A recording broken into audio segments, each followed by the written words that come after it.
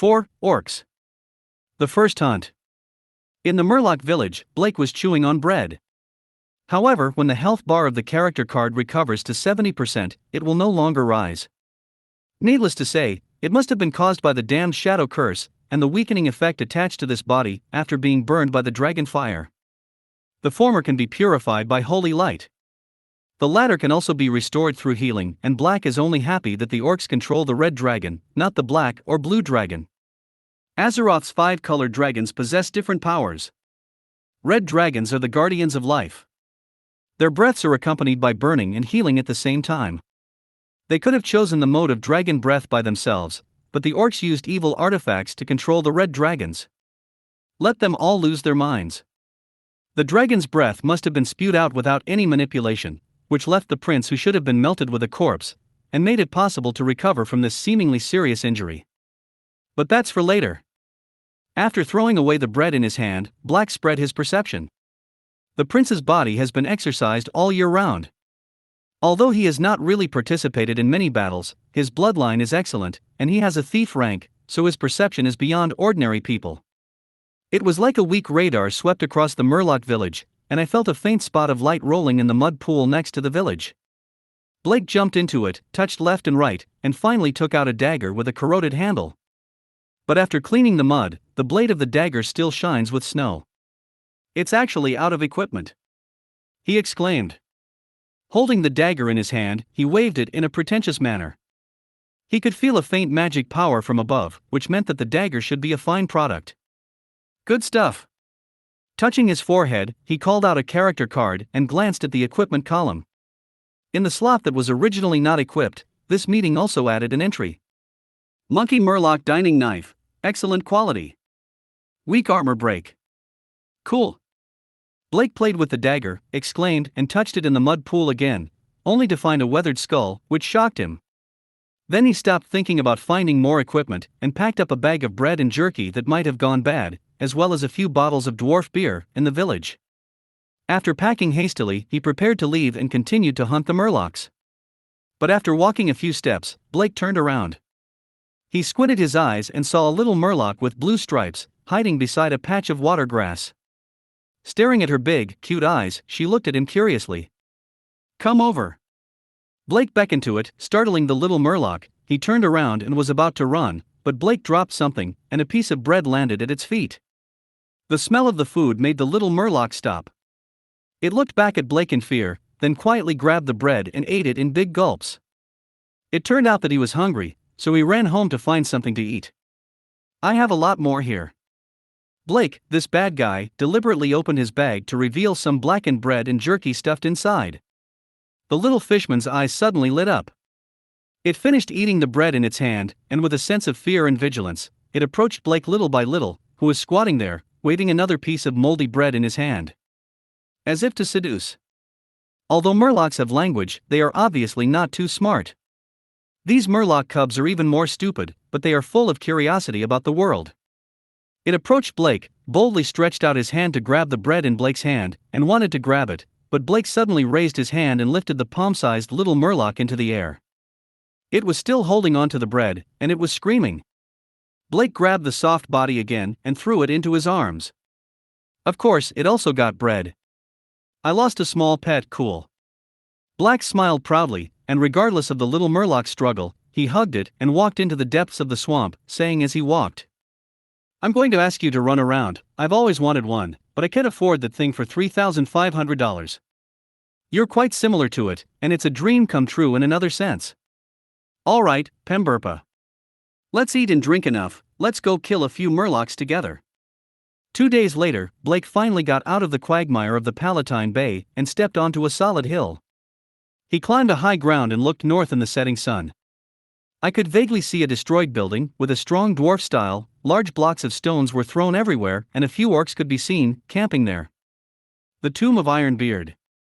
Black, who was as thin as a real undead, narrowed his eyes, lay down, and looked at the beastman. He recognized the destroyed cemetery. That is the place where the dwarves of the nearby dwarf town of Dun Mod bury their dead. It is a group of tombs deep underground. In the culture of dwarves, the dead are very respected. The behavior of the orcs to blaspheme the undead is absolutely unacceptable. But at this point in time, the dwarven towns on the road to Arthi Highlands must have been occupied by orcs. The Bronzebeard dwarves lost the entire territory of Cosmoden and the wetlands. No matter how angry they were, they could only be trapped in their capital, Ironforge. Fortunately, the big city built like a bunker was easy to defend and difficult to attack. The orcs spent more than a year in Cosmoden, but they couldn't break the gate. And the dwarves with the muscles like sticks are not weaker than ordinary orcs, and they also have steam tanks designed and manufactured by smart dwarves to help out. If it weren't for the small number of fantastic creatures like dwarves, the orcs wouldn't be able to occupy Cosmoden so easily. Quack, quack. A crisp cry came from Black's arms, and the little blue murloc stuck his head out of his tattered clothes, stared wide-eyed, and looked down. When he saw the figure of the orc, Pemberba, who was already very close to Black, shrank his head. Obviously, it has seen orcs. And scared of them. It is estimated that when the Blood Ring orc station here entered the swamp, they launched a massacre on the murlocs. It is no wonder that Black has rarely seen large-scale gathering of murloc villages along the way. To go to the Arthi Highlands where the human race gathers, either take the Saldo Bridge, or take the reef coast to the Foldy Bay. The advantage of the former is that it is fast, but it is guarded by orcs. The advantage of the latter is that there are no orcs, but there's a group of Thornback Nagas there. Blake rubbed his head and thought to himself. There seems to be an ancient elf ruin under the reef sea, where the Naga clan is entrenched, and the fighting power of those soft-skinned snakes in the water is not comparable to the orcs. There are also spellcasters like the Sea Witch. It is too risky to walk from the reef sea. He looked at the orc camp outside the tomb of Ironbeard. There were not many orcs, only 4 or 5, but looking at the scale of the camp, it was obvious that more orcs could be accommodated. So, after Orgrim the orc war chief crossed the sea, did he also mobilize the Blood Ring orcs from the wetlands to fight in Arthi? That is to say, the number of orcs guarding here is not as many as before. Taking advantage of the darkness of the night, if there is a shadow affinity, you may be able to risk crossing the Saldo Bridge. In Blake's mind, he quickly sketched a plan. He took out the little murloc and put it on the edge of the high ground, leaving a dozen more pieces of bread for it. He patted its head and said to it, "Wait for me here, don't run around, I'll test the fighting power of the orcs, come back soon, be good." The little fishman tilted his head, blinked his big eyes, croaked, sat there cross-legged, grabbed the bread and ate it. Blake pouted, thinking that this murloc is stupid. He quietly slid down the high ground, clenched the murloc dagger with the handle wrapped in rags in his left hand, and gently drew a short sword from behind his waist in his right hand. It is also a green quality weapon, and it is also a loot found in a murloc village. He took a deep breath, clenched the weapon in his hand, and in the shadow beside the setting sun, he tiptoed towards the orc. In the past 2 days, he killed a lot of murlocs and accumulated a lot of experience. But there is also bad news. The curse of the polluted Eye of Pauls is still weakening him. The most intuitive manifestation is that the warrior class on the character card has slipped from level 7 to level 4. He felt that the strength of his body was much weaker. In a few days, the warrior class would be completely reduced to 0. Black thought about injecting the experience gained into the warrior class to save it. But after thinking about it, he chose a more secure way. That curse brought shadow affinity, so that his thief class was not affected, so the way to maximize the benefits now is to improve this. In 2 days, the experience gained from killing more than 100 murlocs was injected into the thief class by Black, raising the level from level 5 to level 8. No skills, no mysterious talents.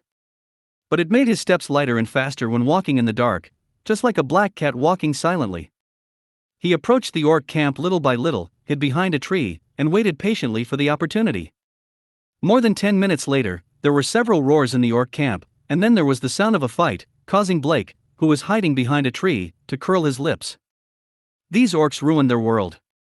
In the world of Draenor on the other side of the dark portal, they were lured by the demons of the Burning Legion and drank the blood of demons. While gaining powerful power, they also became more irritable, like a war madman who lost their minds. The blood of fell energy flowed in their bodies, making them lose their minds. While fighting, he is brave, but when he is free, he will even punch his comrades. They are already helpless. But this is good news for Blake. Soon, the fight in the camp ended, and an old orc with a bruised face was driven away from the camp. He was hunched over, with blood-red lines on his face, and he was blind in his left eye. This is the symbol of the blood ring orcs. Those who worship death have very cruel rituals. When the blood ring orcs become adults, they need to dig out their eyes to perform sacrifices. The old orc rudely spat in the direction of the camp, leaning on his battle axe, and headed towards the swamp reluctantly. His more robust and irritable juniors, wanting to change their tastes, used their fists and feet to convince him, the old man, to return from hunting crocodiles in the swamp. Sigh. It really doesn't talk about martial arts. The old orc complained, muttered, and limped with his battle axe as he walked around the camp and reached a blind spot. A curled up, extremely thin-ribbed man quietly came out from the shadow of the big tree. Like a monkey, he pounced on the back of the old orc. The dagger in his right hand pierced into the throat of the old orc, and the dagger in his left was extremely vicious and inserted into the temple of the old orc. Blake had already mastered this sneak attack technique. Killing murlocs in the wetlands has never failed. But orcs. After all, it's an orc. At the moment of being attacked, the old orc threw away the battle axe in his hand, grabbed the wrist that Blake stabbed at his temple, and threw him over his shoulder, smashing Blake to the ground in front of him. He wanted to growl, but the severed neck made no sound at all. Black also jumped up from the ground suddenly, threw himself into the orc's arms, swung his left hand, and blocked the orc's fist. The dagger in the right hand pierced the beast's heart like a poisonous snake foraging for food, and the dagger with a weak armor-piercing dagger broke through the orc's leather armor, allowing the blood to flow out. One moment is not enough. 2, 3, 4. The strength of the orc's fingers on the back of his neck weakened rapidly. After a few seconds, he swayed and fell to the ground. Black grabbed his shoulders again and dragged him into the shadow of the big tree next to him. The skull-dotted battle axe was also dragged in. It is a pity. This domineering thing is just a shoddy weapon, not the good equipment that Blake expects. The assassination was successful. Black hid in the shadows and quickly rushed into the swamp. The orcs in the camp were already aware of the old orc's fall. They rushed out and looked for assassins everywhere, but they came back without success. And 10 minutes later, there was a sound from the edge of the swamp that disturbed the beastman. GGGGGGMLR. GRM. RMLG. RGMMLR. GRGRMLMLRL. A few irritable orcs saw a large group of murlocs rush out from the edge of the swamp, and without looking closely, they rushed up with axes and hunting sticks. They couldn't bear the anger in their hearts, they were going to cut down a few murlocs to vent their anger. And Black, who had circled around for a long time, took advantage of the battle between the murlocs and the orcs, and quickly rushed into the camp, where a wounded bloodring orc lay. When the skeleton man rushed into the camp, the wounded orc just looked at Blake.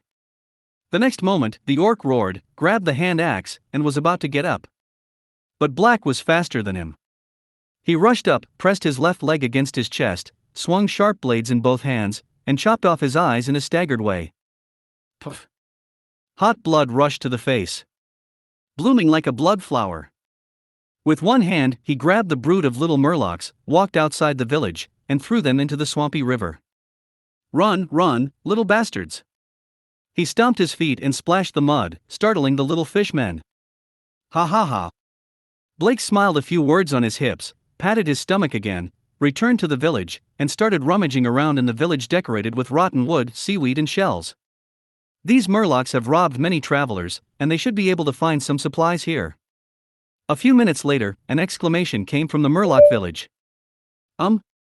You actually lost your equipment?